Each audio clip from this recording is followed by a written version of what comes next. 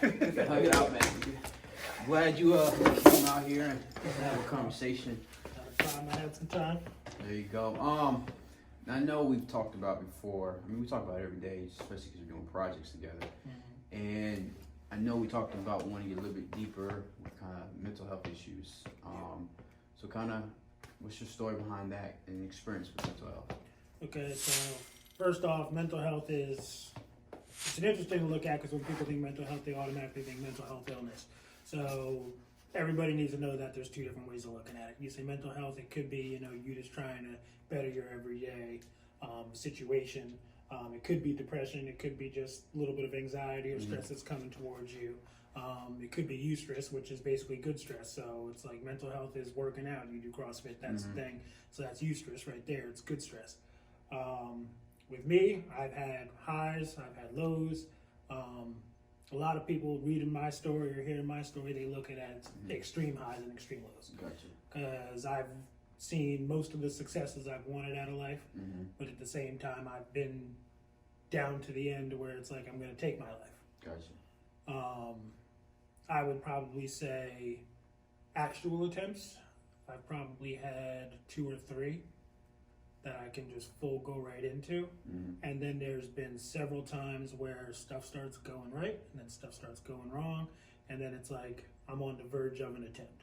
Like I can feel the anxiety coming or things coming on, and it's like I know it's on its way, but something came in the way that prevented me from getting to that point. Yeah. I mean, definitely just hearing you even talk about, hey, I've had attempts, like just gives me the chills a little bit because it's kind of, it's scary, the fact that somebody is willing to even do that, and that maybe I don't, like I said, we'll get a little bit deeper, but maybe you didn't have help at that time. And I definitely do think that when you hear just mental health, it's kind of negative off rip, right? And I definitely want to try to help change that stigma because, I mean, it's not all, like you said, it's not all about negative. I mean, just people just want to be sharper, you want to focus better. I mean, there's a lot of things that, fall into the category of mental health. So, it's kind of just dig a little bit deeper in your story. If you want, if you can, if you're willing to, kind of, how did you feel during this time? Like, what was going on through in your life? So I'll give you a lead up to the first time. First time I was young, I would say I was probably around 14 or 15. For the first that attempt. young? Yeah. So for me, my whole life was emotions. I was deep into the idea of love at a young age, and everybody who saw me was like, oh, you're the old soul. You got to be the old soul. Before I ever heard the term, like just hearing it around the way everybody said, you're that. I'm like, okay, now I need to know what this thing is that I apparently am. So I grew up with like all the love songs from Motown. So I was a Stevie Wonder kid, a Michael Jackson kid, the Prince kid. So I'm singing, Purple Rain, not knowing what Purple Rain is, but I feel like I have it, or I'm stepping in it and I don't know what it is, or I'm listening to Marvin Gaye and I haven't been in my first relationship, but I feel like I've gone through the heartbreak already.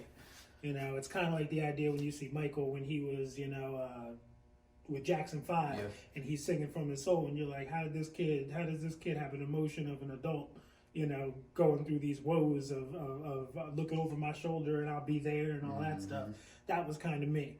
And I actually went into the idea of doing music. I wanted to be an artist for those reasons too, because I felt a connection. So I would say my first actual relationship that felt real to me was at 13. And I was in a long distance relationship. Gotcha. I lived in Jersey. So you imagine being 13, living in Jersey. Your girlfriend lives in Ohio, 2 states over. There's no way you can go see her without a family member bringing you. Gotcha. I'm dealing with me being mixed race, black, white. If you really looked at it, it's like 9, 10 different nationalities. My girlfriend's 100% Thai. So now you have the strict Asian mom. And then you have like 2 parents who are accepting and they're like, date whoever you want, don't matter. So for me, I'm like, I don't see a problem.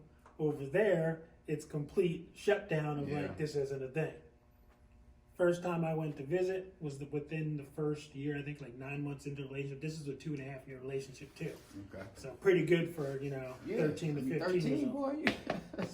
So I go to visit her. My dad brings me down there, and the mom, we all met at a mall. So it was my dad, her mom, her, and me. We all meet, and her mom apparently sees my dad and says that's not his real dad because he's white. We don't look alike. I'm mixed, but look black. Yeah. And she's like, no, I don't believe that this is, they want to kidnap you or some crazy stuff like that.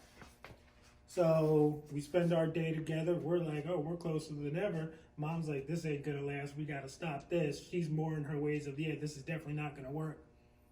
We go through life. Everything's going good. We're like, I'm at that, 9 o'clock or 7 o'clock. I gotta stop with friends. It's time to go home and be on the phone or trying to do some type of video chat. Back then, there wasn't even really much to do. So it's like on the phone, inseparable. To me, I'm close to the idea of like, I want to marry her. And now all we got to do is wait till we're 18. So for me, I'm actually taking my music talent. I would go to school, get home from school, go to clubs in New York. I had a little group. We would all go to New York, not even old enough to be performing. And I would perform to make money. Mm-hmm. And I would save all that money so I can buy her a ring. Gotcha. She didn't know I was going out at night either.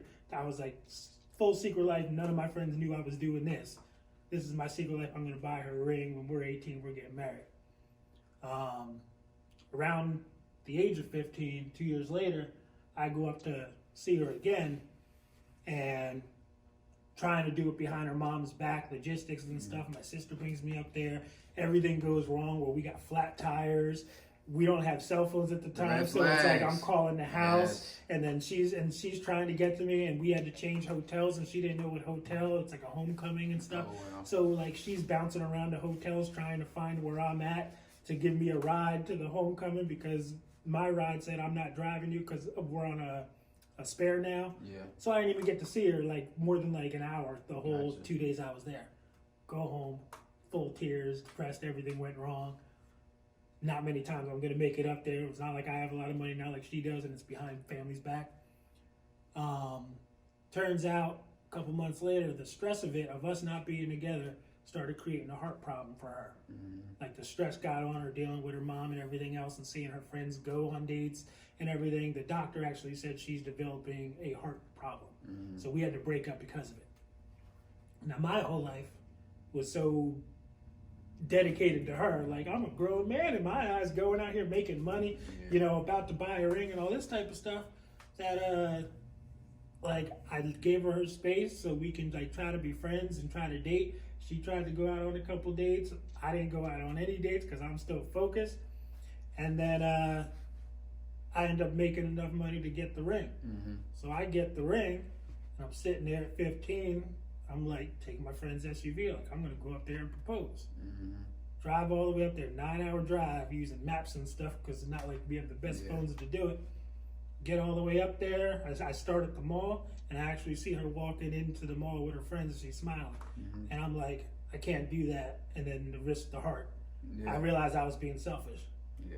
So I drove all the way back to New York where I had the vehicle, decided I'm done, and in my eyes there was nothing for me. Yeah.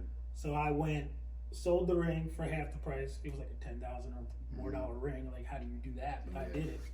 That's how committed I was. Sold the ring for half the price of what it was. Ended up finding like a charity thing to give some of the money to because I was like, I don't need it. Bought a gun, decided I wanted to kill myself. Wow. That was my first decision. I sat there outside of the SUV that I borrowed, and I sat there with the gun trying to pull the trigger, and it wouldn't go off. And I'm trying to figure out, is it a safety? Trying to figure out, not so working. Literally, you're pulling the trigger. Yeah, pulling the trigger, click, like. Wow. It's not working. I can't figure out why it's not working. Somebody sold me a piece of shit. Like, I don't know. Like, that's what it was to me. Wow. After an hour of that, of just sitting there, can't figure it out. What am I going to do? Stuff like that. Drive back to, at least deliver the vehicle back to the rightful owner. And I walk in so upset. They're like, what the hell are you doing? They're all diving behind couches, not knowing what happened. All they know is, I let you borrow a truck, and now you're coming back like this. And I'm like this, click, and pull it away, and then it goes, in front of everybody, because I'm like, this thing doesn't work. Who's everyone? So it's basically the group that I was working with music. Gotcha. Because I had my own friends over here, and then I had people that I met, and we were like, let's do this group, and none of my friends knew about them. These people, like, I'm real great at, like, these people never meet. Like, I have different sections of friends, family, and stuff like that. and I have like a separate life. I liked it that way. No one can criticize, no one can Gotcha. celebrate. This is my life here, this is my life here. So I walked in and all of them were like, I don't know what's going on. Click, click, click, pulled it away, it went off 3 times.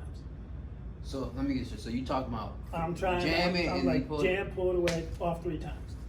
Now I'm not religious, so I couldn't be like, to me it was God or anything like that. I believe in like positive energies. Energy doesn't go away, it just gets moved to a different being.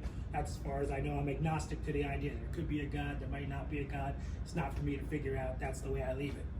You believe in it, that's cool. If you don't, it's cool. So me, when I saw it go off, I just crumbled. And then a minute later, my phone rings, and I pick it up, and it's her. And she's like, are you okay? I feel like something's wrong. And I'm like, wow. all right. When I heard that, I started like breaking down in tears. I'm like, let me call you back, I'm good. After that, I was like, all right, I guess I'm here for a while. So it was just like, I don't know what I'm gonna do. And it was just like, I guess I'm just gonna throw whatever I feel like doing against the wall, see what sticks, and that's life. But that was kind of how it went through. It's like when I felt like I didn't have a purpose, because that was my purpose and it was gone, I'm like, I'm not gonna look for another purpose, I'm done.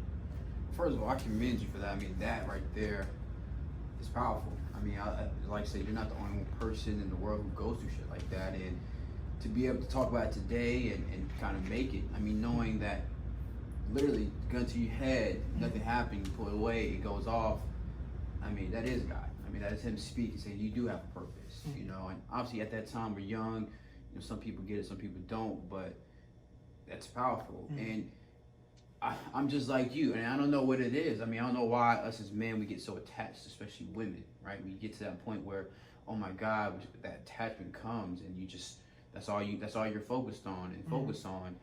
And then, you know, maybe it doesn't go our way. Like, I don't know what it is. What do you think it is? Why do you think, you know, us as men, we get attached to something, and if it doesn't go our way, we just crumble?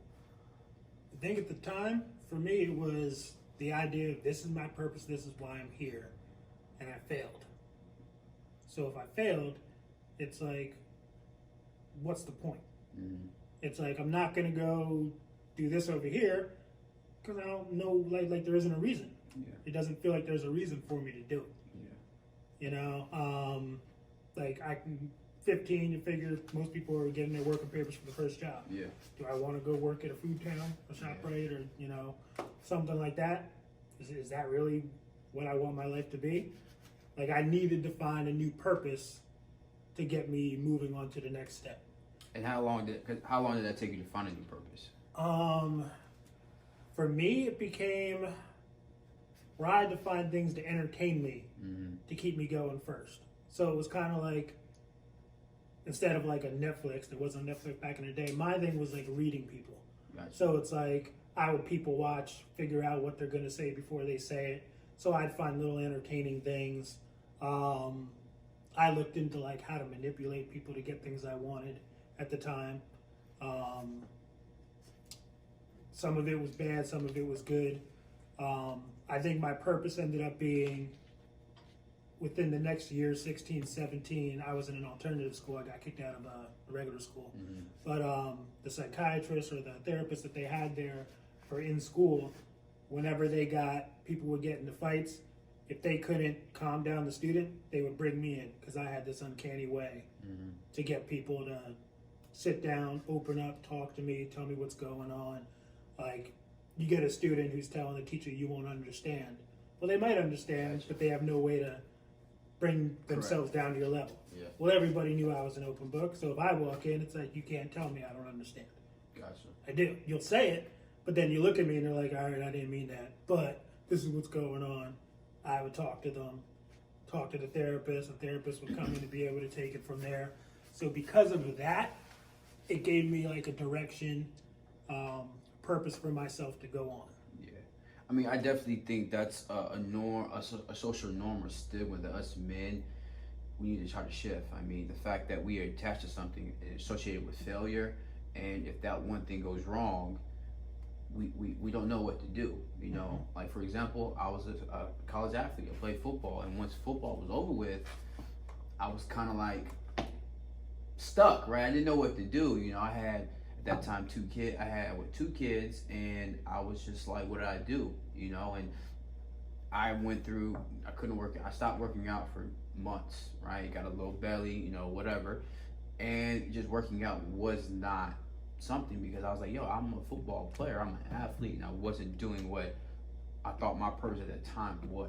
And we kind of get that mindset, and then you know we associate with bad things, you know, alcohol and drugs. You know, fortunately enough, you were able to use something positive out of it, which is amazing, and we just have to shift that. You know, so I mean, it's just a powerful message, man, and it kind of just gives me chills because you know you're here today. I mean, And I had more attempts along the way as well. yeah, I mean, and that's just the first one, and the fact that you had multiple attempts afterwards, I commend you. And if nobody has told you that, I'm gonna tell you that. Like, it's powerful.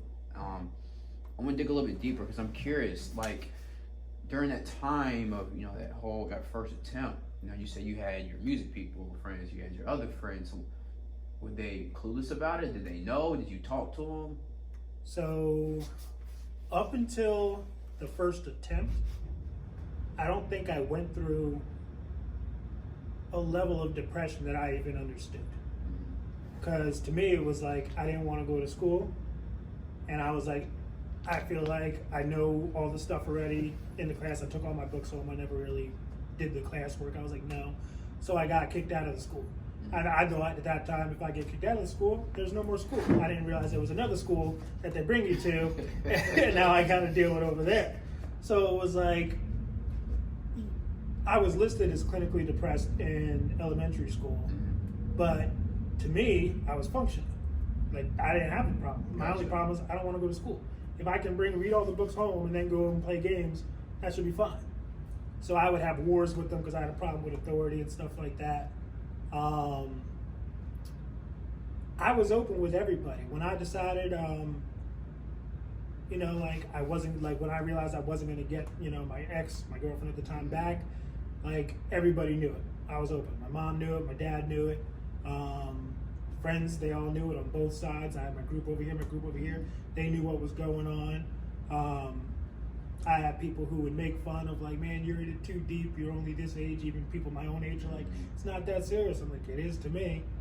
Now, when you say that they knew, right, I think there's a difference from knowing what's going on, right? They know, hey, I'm going through this breakup, I'm feeling this way, but did they, one, actually know what was going on inside your head and how you were feeling, what you were thinking about? I don't think anybody knew that I was thinking about suicide for that first attempt because I didn't realize it until I was on my way back that day. So why didn't you, I'm just curious, why didn't you just reach out to somebody that? Well, that day was, you figure I was in Ohio. I drove 9 hours to Ohio, got there, spotted her right off the bat, luckily, because I had to, like, get there and then figure out the map, how to find her actual house without her knowing I was even there. And I just happenstance pulled up and there she was. And then I had a 9-hour ride back. And it was like, not 9 hours, I already made my decision. It wasn't about talk to somebody first. I didn't see a reason. I was like, no one's going to find me a purpose. No one's going to fix this problem. So it was just like, I made my decision. I'll just go. So did you think nobody could help you? I don't know. I didn't think anybody could. Me, I analyze stuff so much that I'm like, well, if I can't figure it out, no one else can. But see, and so, like, that, I think that's a topic that we need to kind of dig is that people think, our thoughts are only thoughts and our way is the only way to get through stuff. And if I can't handle it, especially as men, like, you know what, I'm tough and if I'm hurt, I can't get through this. It's a struggle that us as men go through. And I've had my moments. I'm not saying that I've had mental issues or mental health, but I've thought about suicide from time to time. It was just because I thought in my mind I didn't know what to do and I can't take it. Couldn't reach out to my family because it's embarrassing almost. Like, hey, I either failed or I'm not the man that you thought I was going to be. And we have to change that. And the question is, how do we change it? How do we start that process to get people, men especially, to say, you know what? Okay, hey, I'm feeling this way. I've tried everything that I thought possible. I need help. Yeah, I think it comes with having a community around you, Not just being able to open up and tell people what's going on. It's always great to have, somebody listening, but allow the person to give some type of feedback. Not everybody that you talk to, it could be your best friend, is going to have a right answer for you. It's got to come from your own mind. You got to kind of get all the puzzle pieces out. This is everything going on, and let's see if we can move these puzzle pieces around that works tailored for me. Compared, because I know you and me are a lot alike, but a lot different. So if I sat down and said, this is what I'm going through, this is what I'm feeling with that girl, your answer for me might be something that's not going to work for me at all. You might tell me, well, you need to go out there and to a club tonight and just find someone as a distraction. Yeah. Not saying that that's your answer for sure, but that might be your answer. That's a possibility that, hey, that might be your answer to me. And to me, that's not going to work for me. I'm not a club guy. Gotcha. I'm not someone who likes just walking up to someone. To me, if I go to the club and everybody's dancing around there, I immediately see it like, if I start a relationship, does that mean I got to start coming out to the club all the time with this person? So I'm not, like, that's just, you put me in the totally wrong direction. Yeah. So it's the idea you would have to sit down with me, be able to put all the puzzle pieces and say, well, what do you like? And try to help me find a new purpose. Because I think everybody has a purpose. Yeah. The reason why you say you had suicidal thoughts and everything was like football, what do I do? You still had 2 kids, that was your purpose. Correct. So for you, it's like, well, I'm here because that's my purpose. And to you, it wasn't an option not to raise them. Yeah. Right? Yeah. So if you had it in your head that there was an option not to raise them, now do you have another purpose? Yeah. If you're one of those people who's like, I don't need to watch my kids. I don't need to, like, that's not my kids if I say it's not. And if you're one of those people, I don't know how people can, but some people just turn it back. Well, now do you have a purpose now? Correct. And I think that's one thing in our profession of coaching that, that we give advice. We tell you how to live your life, which is absolutely wrong, right? We're here to guide you, right? We want to kind of clear that mind a little bit of the stuff that, that are feelings and facts. You want to kind of find the difference so you can understand yourself and it can click. And like I said, I agree 100% with you. It's not telling them, hey, this is what you need to do, which in most cases, 95% of the time, friends and family, that's what they're going to say. You shouldn't be doing this. That's not how you do that. And it goes to a lot of stuff, so especially as men growing up, don't cry, be tough. Oh, it's just, it's just heartbreak. You'll be okay. You'll get over it. But you don't know if that person can get over it, depending on what it meant to that person. So it's definitely a struggle. And like, man, I mean, just thinking about it now, even thinking about some of the things that to me, like, I wish I had the mind I had now, but we just have to have those conversations. We have to feel safe, So what do you think is stopping us from having the courage to say, I need help. Hey, can you, what did I do? Like, why do you think it's stopping, especially young kids, especially kids, and even grown men, actually? Well, kids, it's kind of hard because you're being told what to do. You're given an actual, this is what you're supposed to do. You're supposed to go to school, get good grades, go to college. Without a diploma, you won't do this. You get all those lanes of this is the lanes you have to go. You have to have a backup option. Do you know the person who goes around saying like your idea is crazy? You have to have a backup option. Yeah. Do you know those are the people who always had to rely on their backup option? Trust me, I've heard a lot of people say that, and it's like it's like the idea of becoming a life coach. It doesn't, for a lot of people, it doesn't seem like a real job. For them, it's like, okay, well, you don't have to go to work 40 hours a day. You don't have to do this. You just got to pick up a client and talk to them, which obviously there's more going into it. We work a lot of hours before we even see a penny coming through. Right. But it's like, whoever's encouraging you to go for it is probably someone who didn't have a plan B or their plan A worked. Yeah. They own it. Whoever's telling you to go for it probably owns their own business. Yeah. They probably realized a dream that they've had that felt good, and they want you to feel that too. Whoever's telling you got to rely on the plan B, that's someone who gave up on their dream, didn't see a way to achieve it, fell back on their plan B, so they're trying to save you from going at that plan A and failing. I think part of it is that, like I said earlier, we have that passion and drive, and we're focused on this one thing. I think we have to try to understand, like, when you go for it, you are going to fail. Mm-hmm. Like, hey, you're going to fail, right? And accepting that, so that we don't have all that energy and passion in that one thing, and if we fail, we'll crumble. Like, fail, we pick you back up. Nah, figure it out again. Like that resilience we have to work on. So I have a mantra I use with failure. So it's because no one wants to fail. You're correct. But everybody's going to fail on your way to success. So I always look at it, instead of saying like encountering a failure in the future, it's like, so what if your journey to success was to fail again, possibly fail a third time, and then succeed? How much more motivated would you be? Because we have an outcome, like, hey, this time we're going to succeed. Yeah, so it's like, I'm going to try this thing. I failed. Okay, so you can be like, well, that sucks. That's a wrap. It's over. Or you can be like, great, I failed. That means I only got to fail 2 more times. Correct. And then my third time is probably a success, because this is the mantra I'm going. So I'm gonna try again. I failed again. Great. I'm almost there to success, because I only have to fail probably 1 more time. Let me try it again. I failed. Okay.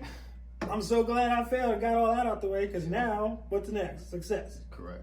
You know, so that's if you change the perspective and the motivation towards it, and that's where you're going, like, it opens up so much more. Correct. If you see a failure and you don't see that there's a possible success, well, then you're going to fail, and you're going to keep failing. If you know that, okay, well, I can keep trying this option, I can create a new option, now I can possibly succeed. Yeah. I think though, I mean, that's a great concept. I think I have to dig a little bit deeper, because I think what a lot of people don't understand is that, I keep doing the same thing over and over, and I can fail. And if I'm doing the same things over and over, I'm like, all right, I'm succeeding. No, like, I think we have to kind of take a beat, is what I like to call it, and really understand our motives, our motivation, our how we approach things, and learn from them. And I think a lot of us, our ego comes into play when that stuff happens. We don't like doing things differently. I know it's gonna work. I can do it. I'm determined. I mean, just like in sports, I'm gonna do this. I'm gonna run through his face. I'm gonna catch it. Like, we just have to shift that mindset, and it's gonna take a lot of work. It's just not gonna be easy. Well, it's if you look at football, you can run this play, but if you keep running the same plays and you're getting trampled, you have a choice. You can listen to your coach who's telling you to try this play that you guys haven't tried in a long time, or a brand new one you guys have been taught, or you can keep running the same play. Correct. You have a coach for a reason. Yeah. They don't have to be somebody who's played football themselves. They understand the game. They see a way in for you. They're helping you find your path. Yeah. If you're not a runner, they're not going to tell you to run this.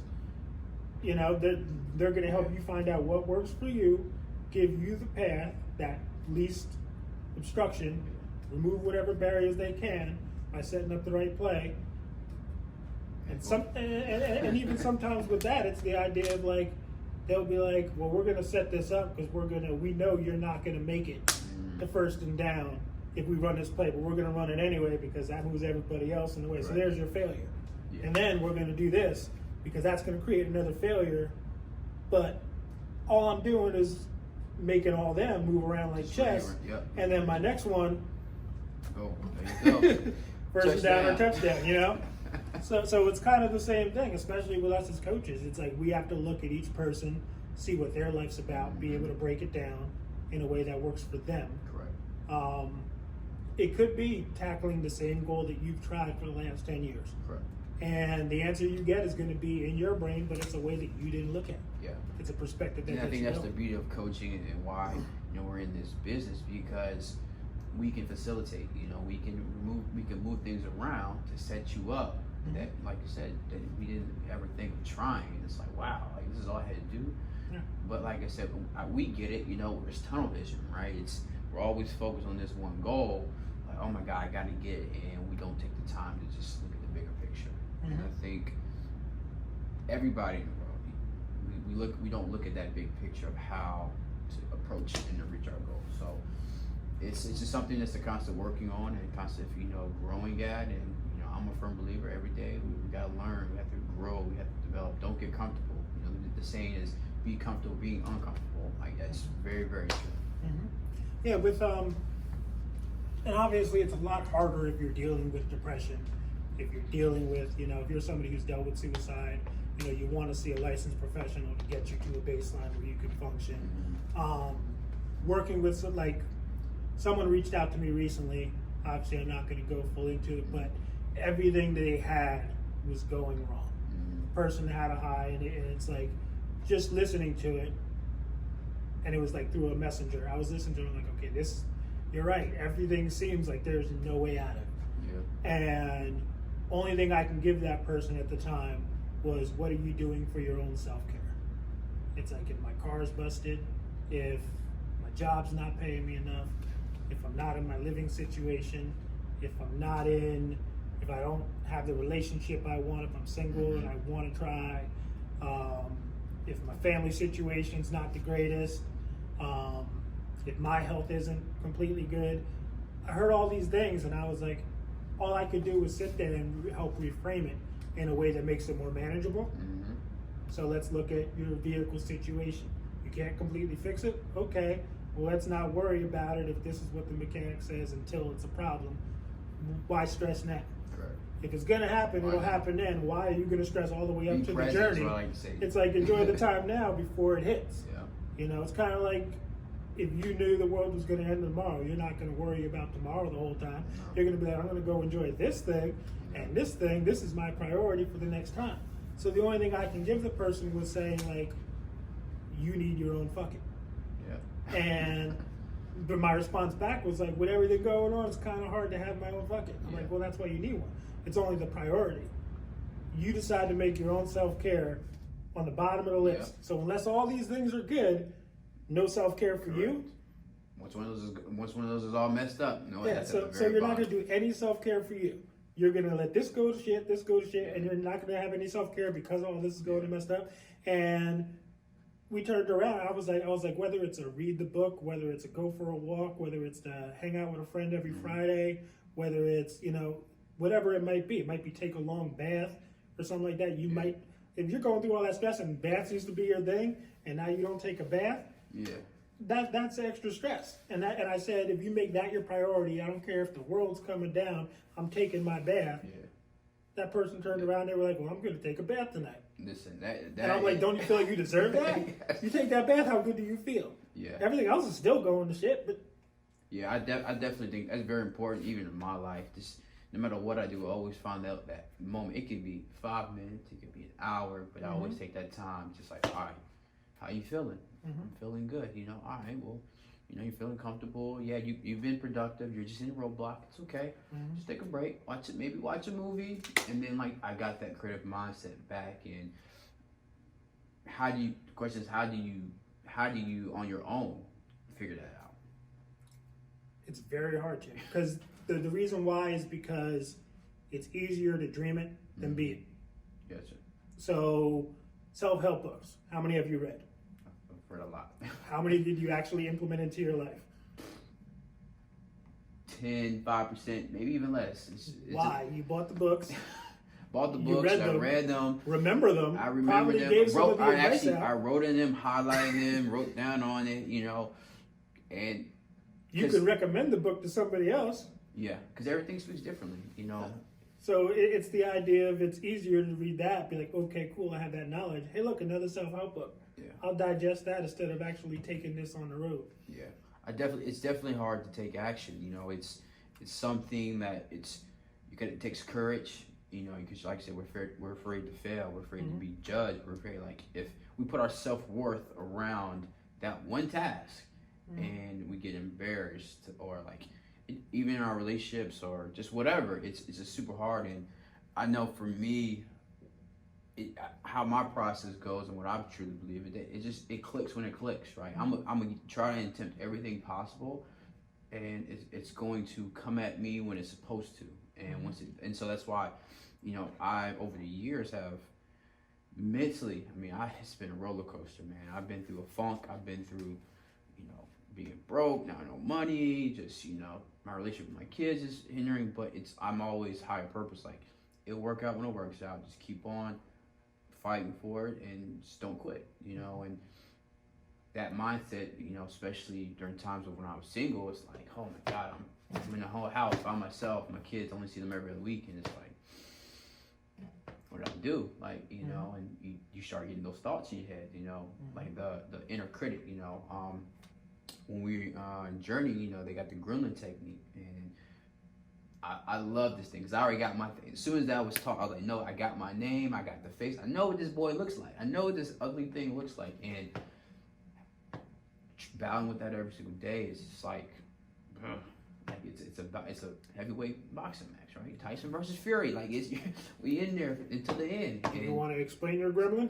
Man, Do you feel like sharing it? So my gremlin goes off of so I'll tell you the story. So when I was younger, I begged my dad to take me to this movie. It was a scary movie, and I was like, yo, I want to see it, I want to see it, I want to see it.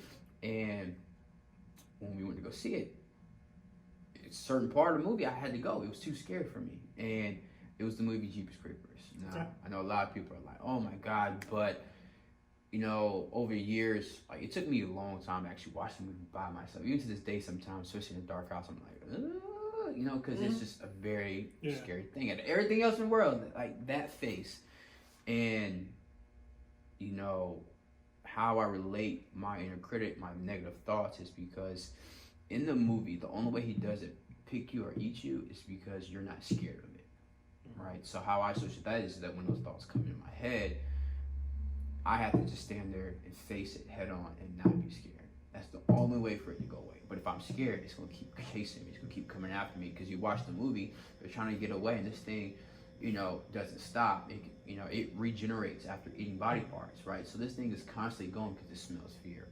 And so, like, I associate with that of just standing there, facing my obstacles head on, and, you know, just take it how it comes. You know, it's a fight. And I think that it's even, like, I'm even getting chills talking about it because it's still something I'm always going on. I mean, I'm not at my peak where I want to be in life, but I know I have to face it because the worst case, I get to those negative thoughts where maybe I don't want to live. Maybe I don't want to do something, you know. Maybe I just want to stay at home and not go to work. But I have those reminders, my kids, you know, my girlfriend, like my parents, like all these people who looked up to me at some point, who don't judge me, love me for who I am, that like, know what, cool, I gotta work. So some days are horrible, some days I'm just like, but you know, it's, you know, I got two boys, man. So the idea for any viewers that are wanting to know more about the idea of a gremlin. So a gremlin is when you're having certain emotions, whether you're in a vehicle, having a screaming match with your son about whatever's going on, putting a name to it, a gremlin to it, or for you, the Jeepers Creepers to it. JC is what I call them, JC. Keep it short. It's a way of being able to recognize that, okay, this isn't the best way to go about it. You know, JC shouldn't be in this truck right now or this car right now, so we need you to leave so I can address my son properly. Yeah. Or whether it's the one I actually brought up in class, and it's the first time I have seen it in play, but I don't know if the creator of it knew that it was an actual style for people to use. But the comic The Oatmeal. And he makes a lot of funny comics. I was addicted to it. And then he had one talking about how he became a runner even though he hates running. And he does marathons and stuff now around the world. And his main thing is he came up with something called the blurch. It was a little cherub that goes over his shoulder. And it's like, okay, well, I'm going to get my shoelaces on. I'm going to go run. And then you start thinking about it. And it's like, but you ran yesterday. So do you have to run today? You deserve a treat because you ran. So go eat that cake that's over there instead. Have a couple slices. Why not? You deserve it. And it's the idea of like, no, I know what that thought is. That's not me thinking that. That's that cherub. That, you know, that's that blurch behind me, which is this big, looks like a marshmallow that grew wings and wants to fly over your shoulder. And his idea was, I have to outrun that cherub. That I have to outrun the blurch. And he actually came up with an event for people to show up and outrun the blurch, and blurches would come out and chase you and stuff like that. But yeah, it's a great way to go about it. I never followed that exact tactic, but I'm in the process of creating one in case I need it. Because the one thing with mental health is having something tangible to be able to grab. Yeah, I think they're like the rubber band thing. Rubber bands thing that a lot of people use who like to self-harm. Yeah. There's people who cut themselves. I know a lot of people who have from elementary all the way up. It was never my thing to self-harm, which is interesting because you would think that that would be a progression, that I would self-harm and then want to take my life. I didn't see a reason to self-harm and still be around. I was like, why would I do that? And I got to live with the scar. For me, like, I understand why people do it because the pain and the threshold, it calms you down, feeling it. So having a rubber band is a way to snap your wrist. It doesn't create a scar. It doesn't really do damage over time. It's just a way to help relieve that pressure when stuff builds up. One thing I had to do, or chose to do after all these years, I think like 2017, I needed visual stimuli that worked for me, so there's something I can look at. So I started putting my whole life story on me in tattoos. So speak on tattoos. So the majority, like I had maybe 3 or 4 tattoos up until 2016, 2017, I think it was. And then I decided I was going to get all of my arms done, part of the chest done, in a month. So almost all of this was done in a month, like 4 or 5 sessions. It was every weekend. So this is like a good luck thing. Yeah. Listen. So you got the same thing? I just realized, like, yo. So I actually have one of these in my car. So I see that when I'm getting in and out of the car. Also have, the idea is put one. For those who don't see, we both have them. What Drumas is what they call them. Yeah, Daruma dolls. Yep. So kind of how this, and you correct me if I'm wrong, is mostly every year you get one, and one eye is filled in, and throughout there you have that whole year to accomplish that goal and dream. And once you accomplish that goal and dream, you fill in the other eye, and I think you go back to the same place you purchased it to break it, and then you have just break all these. Yeah, they break it, or sometimes they do like a public burning where they put them all together, and then you would buy a new one. I actually have an actual Daruma doll where one eye's colored in. I don't worry about the year. I'm not taking that part of it to do it in a year. This, I was actually supposed to get an eye colored in, but he forgot when I was supposed to come back and do other stuff. I still have to get little bits done, and I just never got to fill it in. But I know when I know exactly what I want it to be, I'm coming back for that. But this is actually right here, a visualization of me on a ledge looking down as if I'm going to jump. Deep. You can kind of see it. Yeah, the head, So, the feet. so I have this of like, this reminds me of the attempts I've gone through. This is actually a friend's face right there. I don't know if she knows it, but she's mad at me anyway from some other stuff I have on me. So, but I have this, and this is her kind of reading my book. She's the only one who's able to answer it, like ask anything she wants to know about my book with a to be continued. And the great thing is, if I'm feeling down, I'm usually like this, and she's looking over here, seeing that she could see me. She's kind of watching, so like, don't do it. At the same time, it's reminding me, look how close you are to your goal. Gotcha. Because you're just right around the corner from your goal, so you could jump or you can reach that goal. So I have a bunch of stuff like that kind of comes back around. But those are like the main ones that remind me of the attempts and how close I could be to a goal. So do I want to stop now, or do I want to keep trying to figure out the you done puzzle? brought up the tattoos. So listen, I'm filled from shoulder, chest. I have one rib cage that's halfway done. I have one rib cage that's done. I have half of my upper back. I have 2 things on my neck and one on my legs. So the biggest ones for me is obviously my left arm. These are my kids. So Adrian with his crown, right? Nikolai is a crown, and I have my crown. Then I have all our zodiac signs: Pisces, Leo, and Taurus. 26 is obviously the football, so that's where kind of that came from, and obviously Fable's 2-6, so it kind of went together. This arm is more Japanese theme, and part of the Japanese theme and the culture I actually like is that I just love how they go. So the samurai, and all the how they live life, honor and respect, kind of reminds me to always keep that. I'm not perfect, but the core of me is that way. Obviously, we kind of went over the Druma dolls. I just love the meaning for those, accomplish your goals.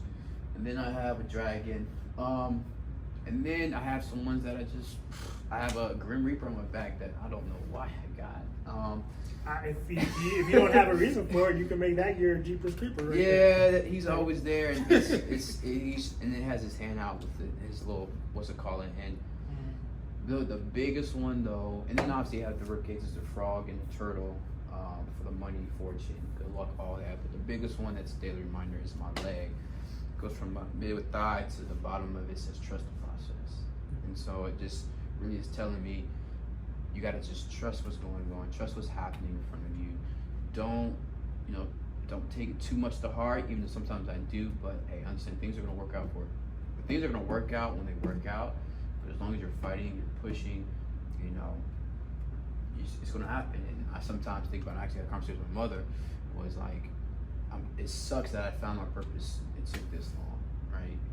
And I know it's not the good way to think about it, but you obviously wish, dang, I wish I had done this 5 years earlier. But I wouldn't have known the things I've known to get me where I'm at. Yeah, I was about to say, if you didn't say that, I was going to be like, let's reframe that right now. Because everything you've learned is what sets you up to be able to do this. It's just those thoughts, you just like, dang, like, man, I wish it. But like I said, I'm not naive. I understand myself now, who I am, how I feel, what I want. And I know there's a lot of more things that I want that are come my way, and struggles and obstacles. But I have the fighting spirit. I'm gonna keep fighting until I can't fight no more. So I'm gonna try to put you on the spot. Oh Lord. I know you're supposed to interview me more, but I'm gonna try to reverse it too. So give me something from football that you learned that gave you a strength that you now use in life coaching. Others. That I use in life coach. I think it's discipline. Okay. It's one of the biggest things. Football, I got discipline. I've got structure. Being on time, doing what I have to do. So how does that relate to life coaching? It just, to me, discipline in what way to life coaching? For me personally, it's just it's not giving up, right? You got to be disciplined to it. You got to do the work to be the best coach possible, right? And that's what I'm doing now with research and finding a little bit more about men each and every day. Is being disciplined to that, to know, hey, listen, like, just because you one day is not as successful as the next, like, you got to keep going, right? So, and that's how football is. One practice you may trash, one game trash, one play, but you got to keep going. So it's the discipline and always trying the techniques out on yourself too. Got to. I think that's important. I think that gives me credibility when I am talking to somebody. It's like, yo, like, I've had experience, I've had these conversations. And if a client asks me, I'm more than happy to share because it's my story. This is what makes me me, and it's probably the reason why you're in front of me right now. So football gave me that resilience. I went third time football. If you watch on my YouTube channel, I kind of explained a little bit already that having a kid so young and having doing football and trying to balance that out, I kind of lost that mojo because a child came like that was a little bit more important than football, and not a little bit. I mean, at that it time, took your mind in my mind, I was like, okay, well, because at the time, I'm like, I can do it, and I have a possibility. But my kids hearing that you're kind of balancing it out until you get older, until you see them grow up and they talk. You're just like, man, that's me. That's like, it's funny how my kids are like me, and they act crazy, and it's just like, man, like I'll do anything for them, and so football has taught me a lot. I quit football just because I had a head injury and I didn't want to hit myself or get hit wrong. And then next thing you know, I'm not there for my kids. So, thinking back, people ask me, do I miss it? No, I don't. Because it's a part of my story that I don't want to dwell on and be like, man, you get some people who dwell on like, yo, I used to do this and do that, which there's nothing wrong, but it can lead you to not be productive in the areas of your life. When you have free time, you want to go play football, but you may have to work and provide for your family, and that may take away from your goals of running a business or making as much money as you want to. So I don't dwell on it. I just remember it. It's a good time, good moment. I think about it all the time. Sometimes when I watch football, like, dang, but I keep it moving. So, from football, taking discipline and accountability, how do you apply that to helping somebody with a goal that they come to you? I take it as that a big thing that I've learned is you have full control over your life, right? And it's your responsibility to change that, and you can't blame outside factors. Even though somebody may have done something to you, yeah, they have an effect, but mentally, like I said, mental health, creating that mental strength, you have the ability to change that feeling. Is it easy? Hell no. But you have the ability, and I think once people realize that, they will focus on it a little bit more and be more aware of how they're feeling and what's going on, to say, you know what, I'm bugging. I shouldn't be feeling this way. It's not that important. And now they've gained that power back. And so, like, I've learned that the hard way in football, where I had the ability, I had the power to do it. I just didn't take advantage of it, right? I could have worked harder. I could have went to the gym a little bit more. I could have studied just a little bit more, but I just didn't take advantage of it at the time. So the reason why I asked you about coaching, because I wanted to kind of get that out of you so you recognize it too. So for the viewers who are watching, we had to do peer coaching with each other. So a lot of the techniques that we do use, it's stuff that we've either wanted to do on ourselves, did against each other.